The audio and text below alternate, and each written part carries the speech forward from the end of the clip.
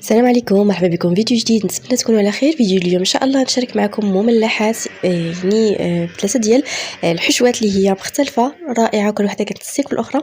كتجي غزاله بزاف مع طريقه الاحتفاظ بالمملحات ديالنا في المجمد. فكنتمنى ان شاء الله فيديو اليوم ينال اعجابكم. اذا كنتوا اول مره كتشوفوا القناه ويعجبكم المحتوى فما تنساوش تدعموني واشتركوا وخليوا لي جيم ودوزوا الطريقه والمقادير.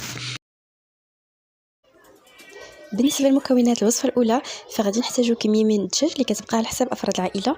ممكن تستعملوا غير صدر الدجاج مقطع طريفات صغار، كيف ما ممكن تستعملوا الدجاجه ولا النص ولا اللي بغيتو اللي متوفر عندكم. بالنسبه للتوابل غنحتاج الملح، غنحتاج ضمعه الزعفران، غنحتاج البصل، الكركم، سكينجبير، القرفه، ثومه مهروسه، شويه ديال السمن. بالنسبه لضمن الزعفران ممكن ديروا زعفران شعري اذا بغيتو. وغادي نحتاج واحد المعلقه ديال الزبده. هادو هما المكونات اللي كيبقاو على حسب الدجاج اللي عندكم. فكيف شفتوا معايا هنايا كميه الدجاج اللي هي قليله، درت معها القزبر والمعدنوس، درت تقريبا واحد نص معلقه من كل حاجه من غير البزار والملح اللي كنقصوا بيان سور. هنا درت واحد المعلقه صغيره ديال الزبده. غندير شويه ديال الماء باش نمارينيه. غادي نلبس ديك الدجاج كامل بديك القامه. غادي نضيف الماء، الزيت، وغادي نحتاج هنا البصله. تقريبا درت جوج ديال البصلات كبارين مشلضين. خلطت المكونات كامله. غنضيف الماء اللي باش يطيب لي داك الدجاج، وغنديرو فوق عافيه اللي تكون مهيله ونخليه يطيب على المهل. ملي كيبدا كيطيب كنبدا نحيد الدجاج ديالي. ملي كيوصل لهاد يعني في هذا الوقت دابا كنحيد الدجاج وكنخلي ديك المرقه ديالي كنضيف لها معلقه صغيره ديال العسل، وكنبقى هكا كنجي فيها ونجيب فيها حتى كينقص منها الماء. ماشي كينقص، كيتحيد منها الماء، كتبقى واقفه غير بالزويته. بالنسبه للدجاج كيف ما شفتوا هنايا حيدت له داك العظومه كاملين، حيدت له اي حاجه اللي هي شوائب ديالو، وقطعته طريفات صغارين بهذا الشكل هذا. كيف ما قلت لكم ممكن ديروا في الاول غير صدر ديال الدجاج تقطعوا في الاول هكذاك. هنا بالنسبه لديك المريقه ديالنا كيف كتشوفوا كتولي معسله، كتولي بهذا الشكل هكذا، ما فيها غير الزويته، ما فيها لا ماله حتى حاجه. غنصفيها من ديك الزيت، يعني ما نخليش داك الزيت كامل راه كتما بحال بزاف. فصافي هنايا غادي ناخذ داك الدجاج وغادي نخلط معاه هاد المريقه ديالنا. بالنسبه لي انا غادي ناخذ اللوز اللي مفسخ ومقلي في الزيت اللي هي بارده حتى كنقليو بحال بهذا الشكل هذا وكنطحنو. كنطحنو انا بهذا الشكل هكذا، يعني ما كنخليش فيه الكروكون، كنطحنو بحال هكا. ممكن ديروا اللي بغيتو نتوما، كيف ما ممكن ديروا غير الكاوكاو. الا ما توفرش عندكم اللوز كديروا الكاوكاو، هو كيعطي مذاق اللي هو رائع بزاف. كديروا في الفران وكتحيدوا منه القشور وكطحنوه. هنا باش نسم ضفت القرفه، ضفت ماء الزهر، سكر كلاصي اللي كيبقى على حسب الذوق. غنضيف معلقه صغيره ديال الزبده ولا المهم تكون بحال المطبخ، وغادي نضيف حتى نكهه ديال الزهر، وغادي نخلط هاد المكونات مزيان حتى غادي نحصل عليهم بهذا الشكل هذا. هنا بالنسبه لي الدجاج ها هو غادي نضيف ليه ديك البصله ديالي اللي تعسلات بحال هكذا، باش ان داك الدجاج ديالي ما كيكونش ناشف، كيكون معلق. كيف كتشوفوا هذه الزويته. غنخليها الا بغيت ندهن بها الورقه البسطيله ولا اللي بغيتو. ممكن تضيفوها في ديك اللوز، ممكن تضيفوا منها واحد شويه باش كيزيد يولي هكا بحال الا معلق، ما كيكونش مفرشش بزاف. المهم كيبقى لكم الاختيار. كيف ما قلت لكم ممكن ديروا غير كاوكاو حتى هو كيجي رائع بزاف. بالنسبه للوصفه الثانيه فغنحتاج كميه من الدجاج. هنا غنستعملها فقط غير صدر الدجاج. غادي نحتاج واحد الكميه من الكروفيت، كيبقى على حسب يعني على حسب اللي متوفر عندكم. ممكن انكم تستغنوا على الكروفيت وتستعملوا تكملوا بنفس الطريقه. هنا بالنسبه للتوابل فغنحتاجوا الكمون، غادي نحتاجوا البزار، غادي نحتاج الملحه، غادي نحتاج شويه ديال الفلفل الحمراء، شويه ديال القزبر يابس، القزبر ومعدنوس. غادي نحتاج الثومه اللي هي محكوكه، وغادي نحتاج توابل ديال بسطيله ديال السمك. الا متوفر عندكم الصوجه حتى هي ديروها، صلصه الصوجه تعطي مذاق اللي هو رائع وتعطي لون اللي هو فن بزاف.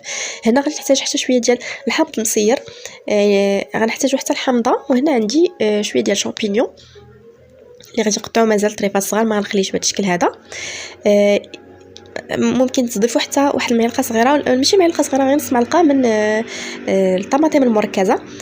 فصافي انا غادي نخلط المكونات كامله، وغادي نضيف شويه ديال الماء باش انني نحصل على هكذا واحد التتبيله هكا باش نقدر نخدم بها. ضفت انا شويه ديال الزيت. غادي نعصر ديك الحامضه ديالي. بالنسبه للكميه كيف ما قلت لكم على حسب افراد العائله، فكيف شفتوا معايا انا ما مستعملش، يعني مستعمله الكميه اللي غادي تكفيني انا وافراد عائلتي. هنا ضفت الماء. غادي نخلط هاد المكونات مزيان. هنا في مقيله اللي فيها شويه ديال الزويته غادي نضيف الدجاج، غنضيف له شويه من ديك القامه ولا ديك التوابل اللي ديجا وجدت معكم. غادي نخلط مزيان وغادي فوق عافيه مهيله ونخليه حتى يطيب. ما كيديش لنا بزاف ديال الوقت، يعني دغيا كيطيب. هنا كناخذ واحد شويه ديال الكروفيت، ماشي كله، غير واحد الحبيبات، وغادي نقطعهم وغادي نلوحهم تما باش هما كيطلقوا البنه في داك الدجاج. وغادي نخليه يطيب. هنا في واحد المقيله صغيره كندير زويته، كندير شويه ديال الشرموله، كنديرها فوق العافيه غير تبدا هكذا كتشحر واحد شويه، وكنضيف الكروفات على العافيه اللي تكون ماشي مهيله، مرتفعه، ما تخصوش دينا بزاف ديال الوقت، يعني دغيا يطيب. يعني كتبقاو هكا كتقلبوه باش ما كيقصحش، كيبقى هكاك طري. كنخليه حتى كيطيب، من بعد كنزولو.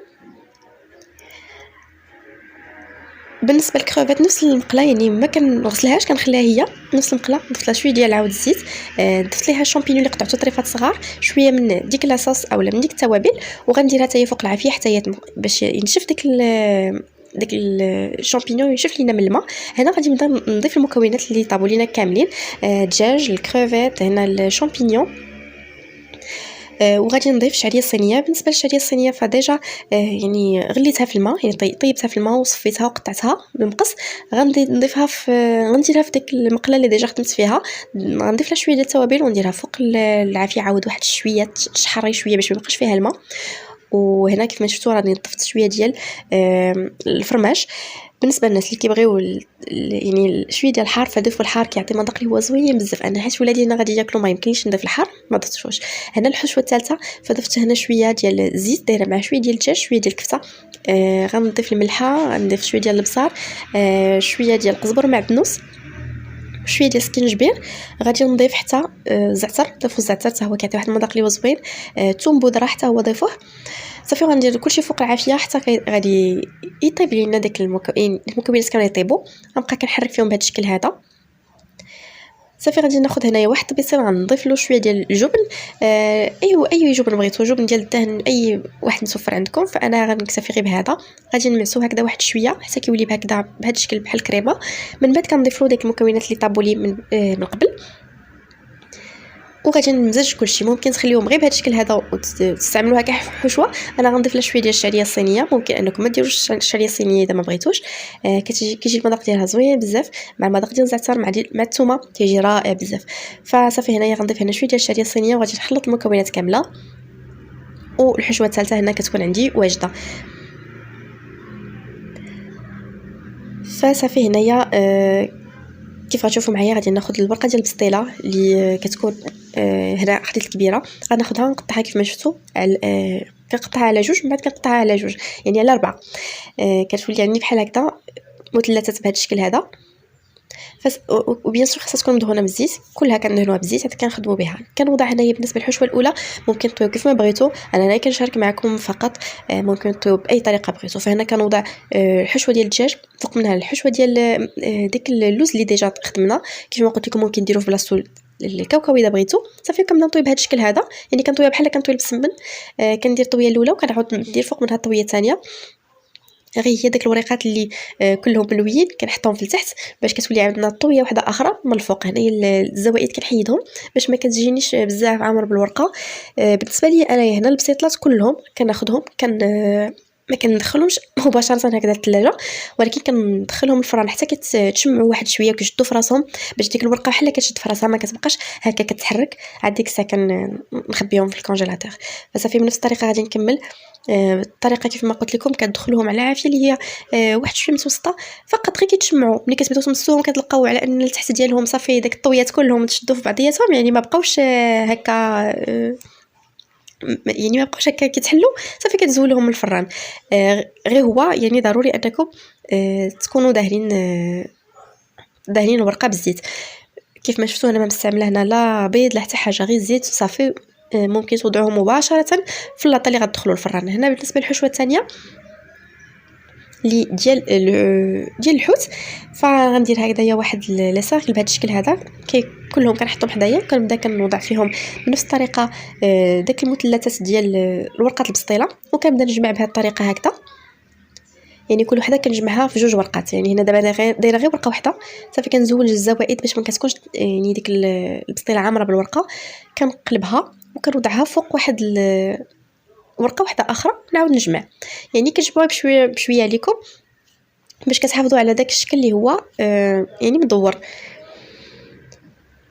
ممكن ديروهم بريوات، ممكن ديروهم كيف ما بغيتوا، يعني كيبقى لكم الاختيار. انا كنشارك معكم كيف قلت لكم غير الفكره وصافي.